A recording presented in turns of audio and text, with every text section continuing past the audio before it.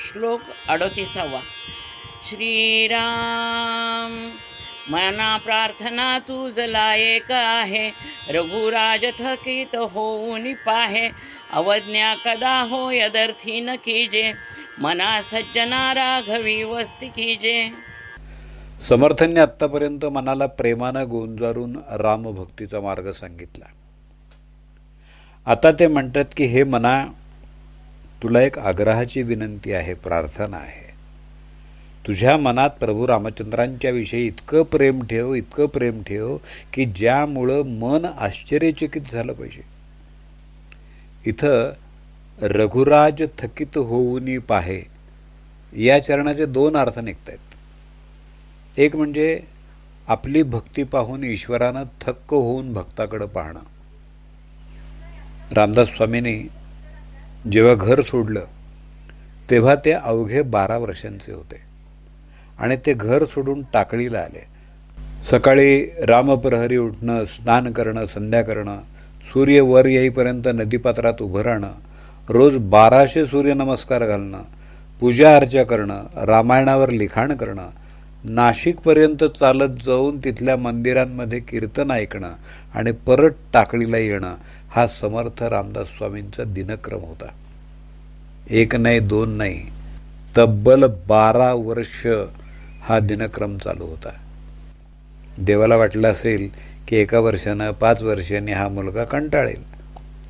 वयाच्या 20व्या वर्षी तरी इतरांसारखं त्याला सुद्धा संसार, मुलंबाळं यांचं आकर्षण वाटेल. पण जगाचा संसार करायचं ध्येय ज्यानं घेतलं होतं त्याला या गोष्टीचं आकर्षण वाटणार कसं? रामदासांच्या या भावभक्तीकडं परमेश्वर थक्क होऊन आश्चर्यानं पाहत असेल. आता हे थक्क होणं कसं असेल तर एखाद्या माणसानं आपल्याला घर पाहायला बोलवलं तर त्याच्याकडं घर कसं असेल याचं एक कल्पनाचित्र आपल्या नजरेसमोर आलेलं असतं. आणि तिथं गेल्यावर बघतो तर काय, समोर दिवाणखान्यामध्ये मोठी सजावट केलेली आहे, सगळीकडे छान फर्निचर आहे. हे सगळं बघितल्यावर आपल्याला जसं आश्चर्य वाटतं तसं आश्चर्य आपली भक्तिपूजा पाहून परमेश्वराला वाटलं पाहिजे. रोज न कंटाळता आणि इतर कामांना दुय्यम महत्त्व देऊन पूजा करणं, ती करताना परमेश्वराची स्तुती सांगणारी स्तोत्र म्हणणं, देवघर आणि देव, चंदनउटी, फुलं यांनी सजवणं, या गोष्टी परमेश्वराला आपल्याकडं आकर्षित करणाऱ्या आहेत. मी देवाचं करतो असं म्हणण्यापेक्षा आपल्या भक्तीची पावती भगवंतानं द्यावी. आपल्या निष्ठेच्या विषयी अपरंपार कौतुक रामाच्या मनात दाटून आलं पाहिजे.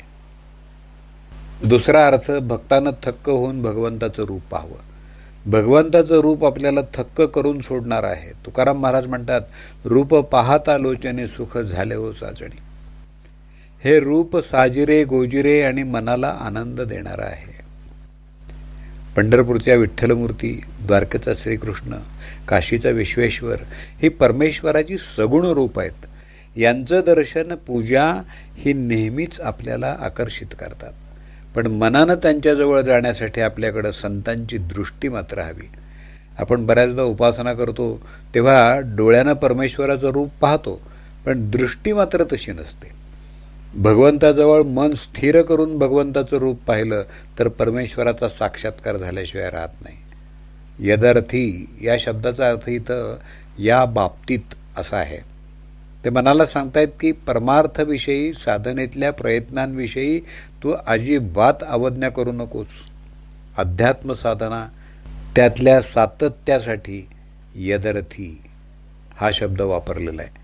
तिरस्कार, आळस, कंटाळा, उपेक्षा करणं, दुसऱ्यांना दाखवण्यासाठी थातुरमातुर पूजा करणं, प्रयत्नांचा अभाव असणं, ही अवज्ञेची स्पष्ट किंवा अस्पष्ट रूपं आहेत. आणि हे सर्व नेमकं परमात्म्याच्या बाबतीमध्ये प्रगट होतं. माणूस प्रपंचाच्या बाबतीत जितका आग्रही असतो तितका परमार्थाच्या बाबतीत नसतो. एखाद्या नटानं आपल्याला बोलावलेलं नसलं तरी पैसे खर्च करून आपण जितक्या ओढीनं नाटक, सिनेमा पाहायला जातो त्या ओढीनं रामाच्या दर्शनाला जात नाही, हे मात्र खरं.